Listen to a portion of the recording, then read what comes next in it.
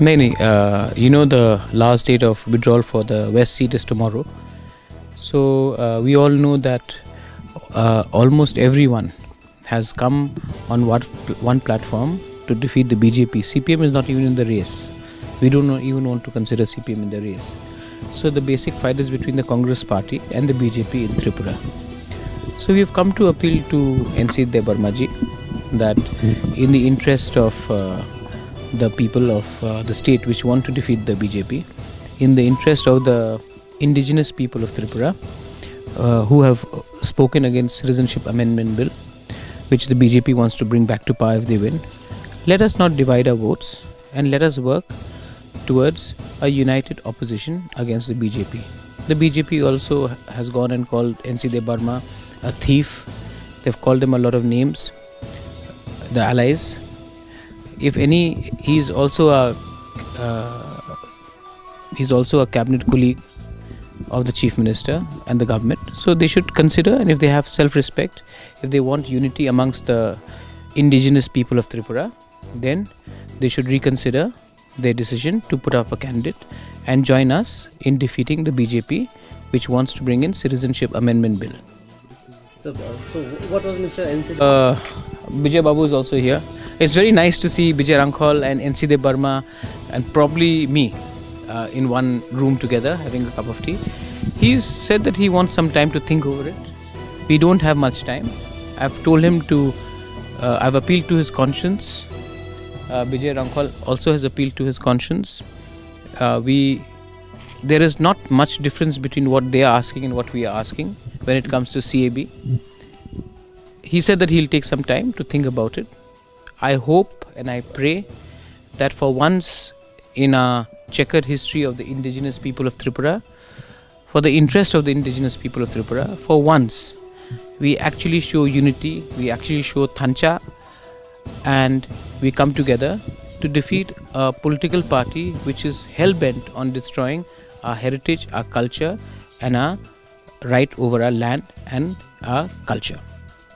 Did he say that? Internal, I don't want to make it public, but let me be very clear that with me and with Bijay Rankhol on one side, we will offer IPFT an honorable solution. An honorable solution where they also feel that, the supporters also feel that IPFT got an honorable deal. When I say a deal, it has nothing to do with money, but it's got to do with a show of unity, thancha as we call it, amongst the Tiprasa people. And we show unity. That is the only offer I have given them. If he is willing to walk out of the ministry, I don't see any reason why we cannot support him as well. But the fact is, as long as he is a minister in a government where the government calls him a thief and a liar, I don't know how we can support them or they can support us.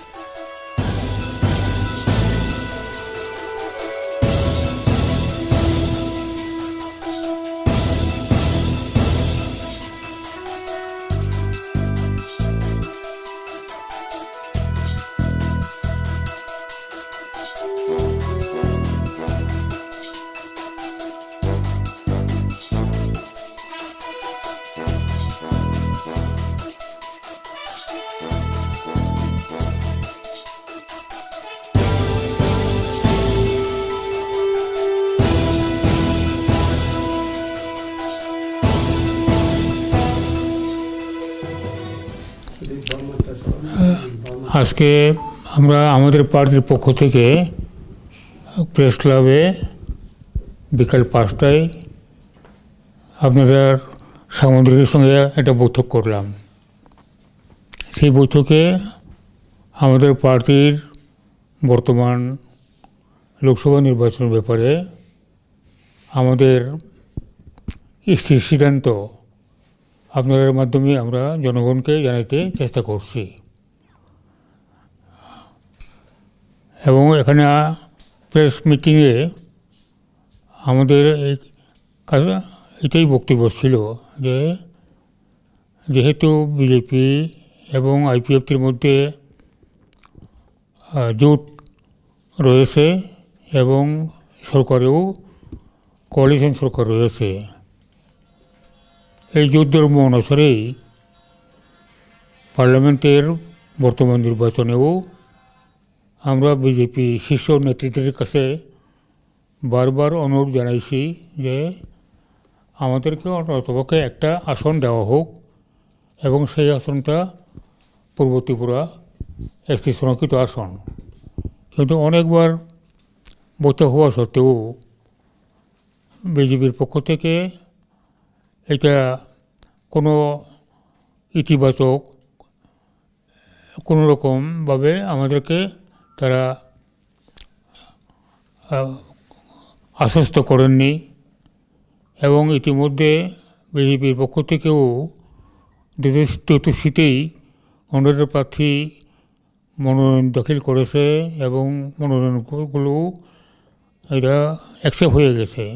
একইভাবে আমাদের party আগেই আমরা ঘোষণা করেছিলাম যদি একটা সিটও আমাদেরকে না দেওয়া হয় বিজেপির পক্ষ থেকে তাহলে করে আমাদেরও বাধ্যবাধকতার মাধ্যমে আমরা দ্বৈত সিটেই আমরা লড়ব। সেই অনুসারে আমরা দ্বৈত আসনেই আমাদের প্রার্থী মনোনয়নপত্র জমা দিয়েছে এবং এই মনোনয়নপত্রগুলো অ্যাকসেপ্ট হয়ে গেছে, যদিও পশ্চিম ত্রিপুরা আসনে দুটো মনোনয়নের মধ্যে একটা খারিজ হয়ে গেছে। কাজেই আমাদের পার্টির এই বর্তমান নির্বাচন নিয়ে লোকসভা নির্বাচন নিয়ে আমাদের কার্যক্রমের সমস্ত প্রক্রিয়া প্রায় শেষ হয়ে গেছে। আজকের কথা বলছি, এটা আমরাও জানিয়ে দিয়েছি। কিছুক্ষণ আগে কোনো আগাম খবর না দিয়ে পিসিসির সভাপতি প্রদ্যুৎ কিশোর দেববর্মা মহারাজা এবং বিজয় রাঙ্কল ওনারা এসেছিলেন এই অনুরোধ করতে যে আইপিএফটি উভয় আসন থেকেই আমাদের প্রার্থী প্রত্যাহার করে কংগ্রেসের প্রার্থীকে সমর্থন করুক, এই অনুরোধ নিয়ে ওনারা এসে তো আমরা বললাম যে এই অন্তিম মুহূর্তে আমাদের পার্টি সবটাই ফাইনালাইজ করে নিয়েছি। এই অবস্থাতে আমাদের পক্ষে আমাদের পার্টি বর্তমান ইলেকশনে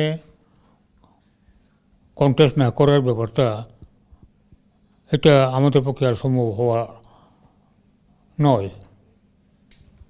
যেহেতু আপনারা আসছেন, আপনার বক্তব্য আমরা শুনলাম, আমরা আগামীকাল আমাদের পার্টির শীর্ষ নেতৃত্বের জরুরি বৈঠক ডেকে এটাকে আমরা আবার পর্যালোচনা করে দেখুন, এটাই ওনাকে বলছি, আর কিছু না।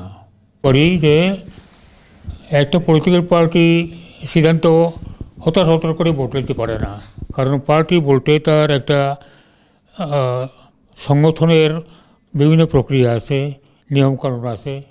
আমি হয়তো বা যে কোনোভাবে হোক কার্যকরণে আমি সভাপতি, সভাপতি এককভাবে কোনো সিদ্ধান্ত নেওয়ার মালিক না। আমাদের শীর্ষ নেতৃত্ব সবার সঙ্গে সহমত পোষণ করার পরেই যে কোনো সিদ্ধান্তে আমরা আসতে পারি এবং আমরা যে দুইটা আসনে পরিচালনা করব আমাদের এমসিসি কনফারেন্স করেই সর্বসম্মতিক্রমে সেই সিদ্ধান্ত হয়েছে। কাজে এই অবস্থাতে সেই সিদ্ধান্ত থেকে পার্টির সর্বসম্মতি সিদ্ধান্ত থেকে সরে আসা বা বিকল্প কোনো চিন্তা করা এই মুহূর্তে আমাদের পক্ষে খুবই কঠিন একটা অবস্থাটা। এবং ওনারা যে আইসেন একটা খবরও আগে কোনো খবর নেয় না, টেলিফোনও করছে না, হঠাৎ আইসে। কারণ একজনে তারা আইসে সম্মানিত ব্যক্তিগণ, আমাকে তাদের সঙ্গে কথা বলতে হইব, আমার বাড়িতে আই বসছে, এই বেশি না। আচ্ছা স্যার, কালকে আপনি যে মিটিং করার কথা বলছেন, কালকে আমরা আর্লি মর্নিংয়ে বসবো। আর্লি মর্নিং মধ্যে 7টা তো হইব, বাইরের লোক আছে কিছু নেতারা, তারা আইব, আইলে পরে আরও আলোচনা করবো।